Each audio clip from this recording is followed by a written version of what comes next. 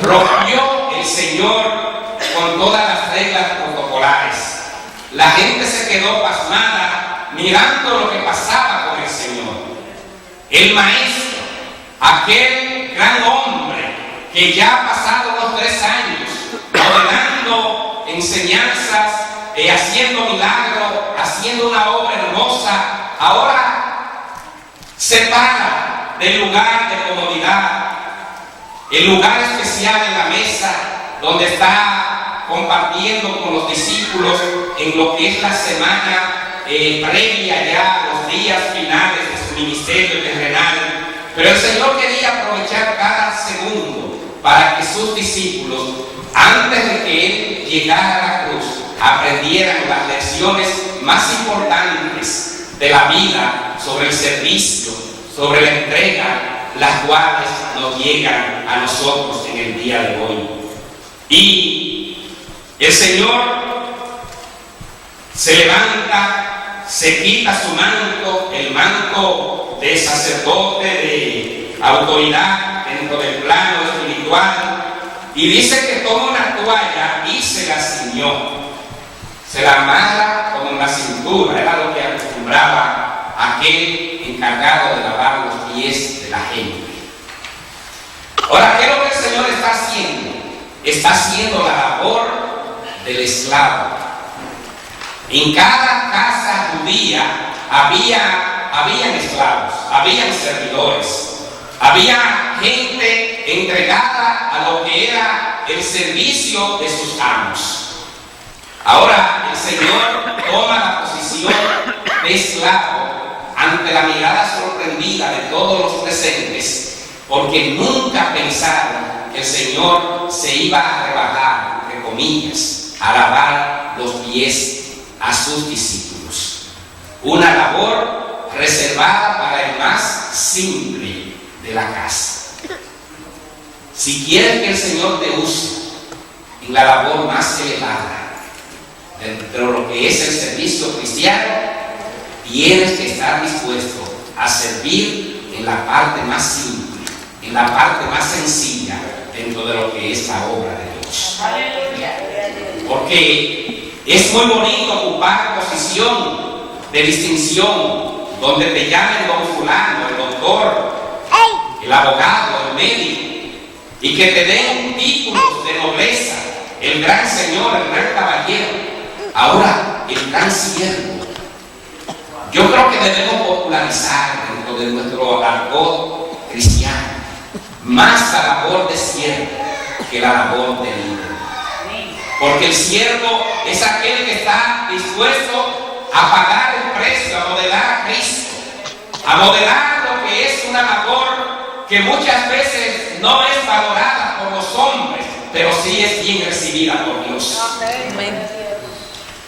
Y sepa que aunque el mundo no distinga lo que usted hace, lo más importante no es lo que dice la gente acerca de usted, sino lo que dice Dios acerca de usted mismo. Y no es falta de identidad, es que es importante también que el mundo entienda lo que somos. El mismo Señor en una ocasión reunió a sus discípulos y le preguntó: ¿qué dice la gente acerca de mí? ¿Qué dice la gente que es el Hijo del Hombre? Él estaba seguro de su identidad, pero él quería escuchar de ellos para que la fe de ellos aumentara, para que ellos reafirmaran realmente que estaban ante el Hijo de Dios, ante el Salvador del mundo. El versículo 5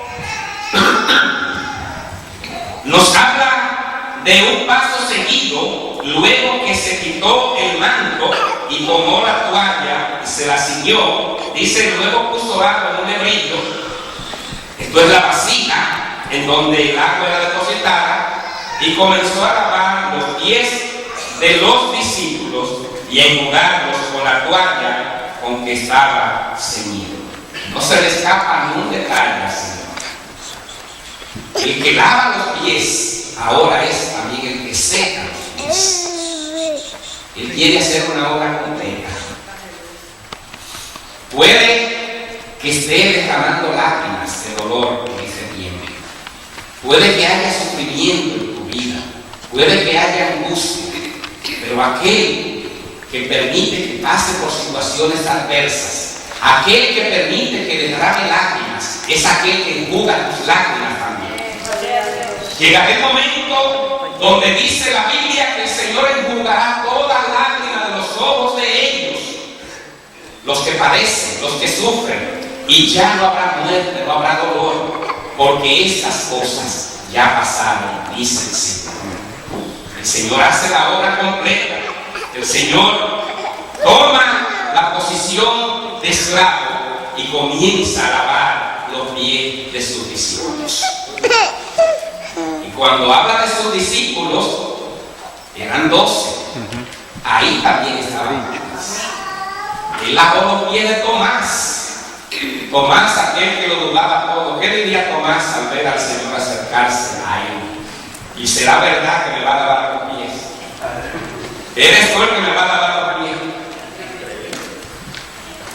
Lavó los pies de Judas, aunque él sabía que le iba a traicionar. Por eso dice, aunque no todos están limpios, hay alguien que está sucio aquí, dice el Señor, para referirse a Judas.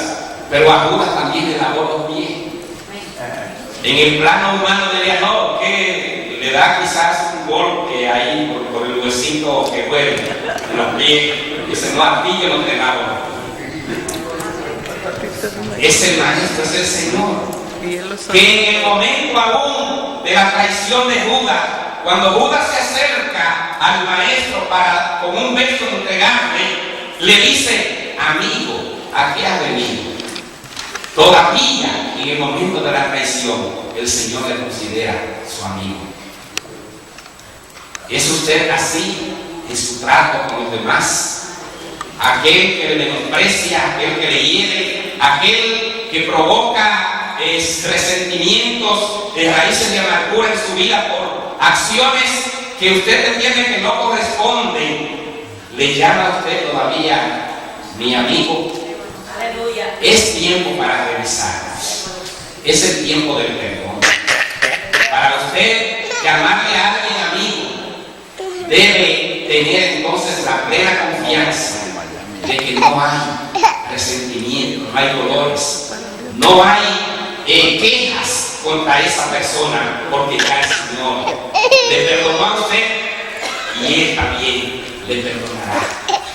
Tercera, por aquellos que le menosprecian, aquellos que le burlan, aquellos que hacen escarnio de su vida, aquellos que hacen tantas cosas que ante la vista humana parecen desagradables, pero Dios tiene un propósito, porque hay una lección espiritual en cada acción, en cada detalle de la vida del Señor. Dice que comienza a lavar los pies de sus discípulos. Eran 12. ¿Cuántos pies eran? Eran 24 pies. Ahora, ¿cómo eran los pies de aquellos hombres? No me digan que son hermosos los pies de los que anuncian la buena nueva de salvación. Esos pies son hermosos en el plano espiritual, pero en el plano humano esos pies eran feos.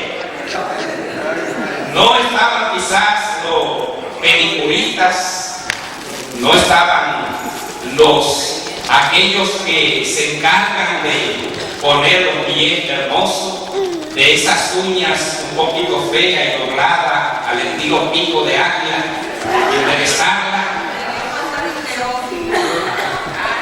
que van donde Teófila y Teófila en la iglesia. Sí, eran pies rústicos, porque no habían calzados tan hermosos y cerrados como lo que usted usa hoy. La gente usaba era una sandalia y los pies estaban a la intemperie.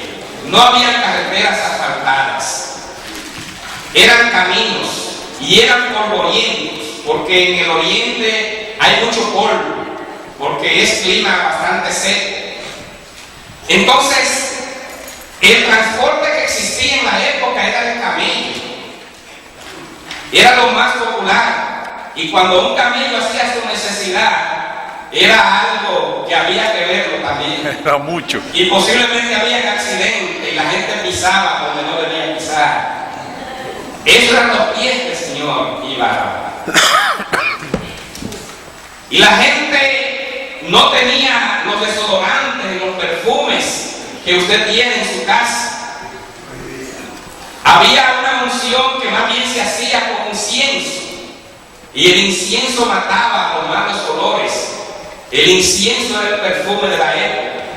Y se dice que en momentos como estos la gente encendía incienso para que los malos olores fueran repelidos. Y era la circunstancia, era el momento.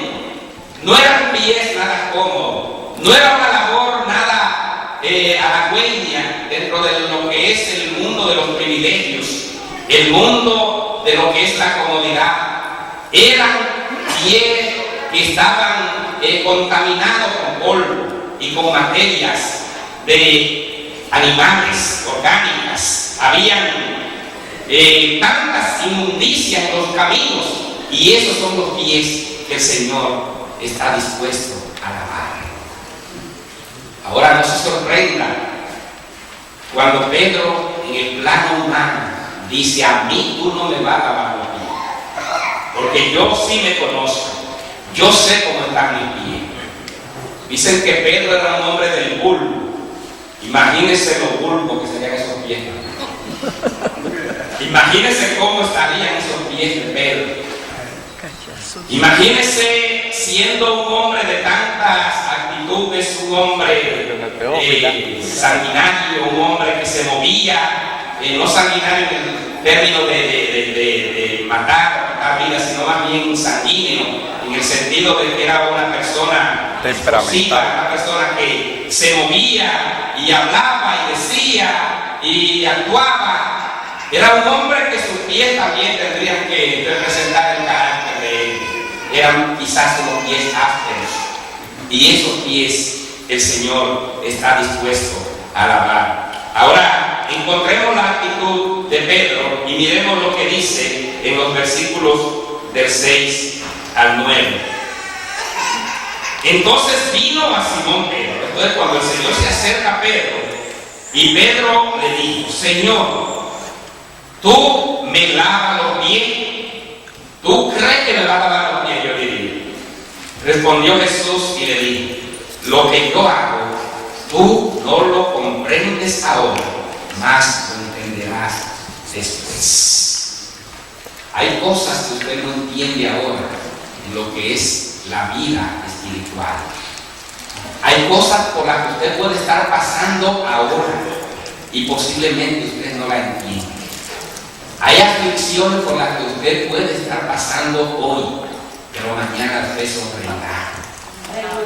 Hay circunstancias, hay desiertos, hay túneles por los que usted ha de moverse en el tiempo de hoy, pero mañana habrá una luz al final, y la aurora resplandecerá, y verá un nuevo día y un nuevo amanecer, iluminará su rostro y usted sonreirá.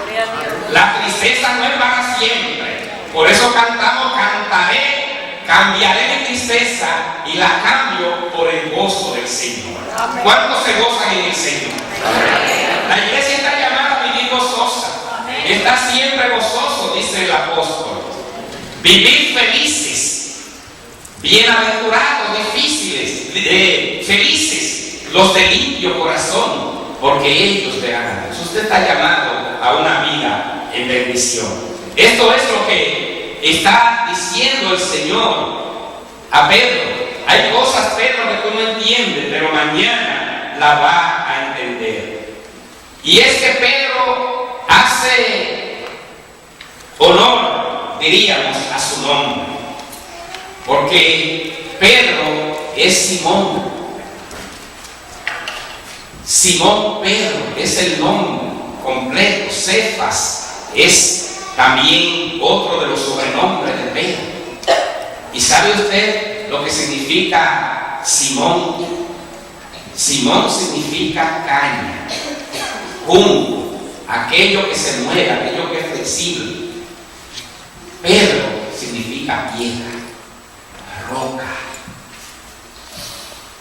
significa autoridad.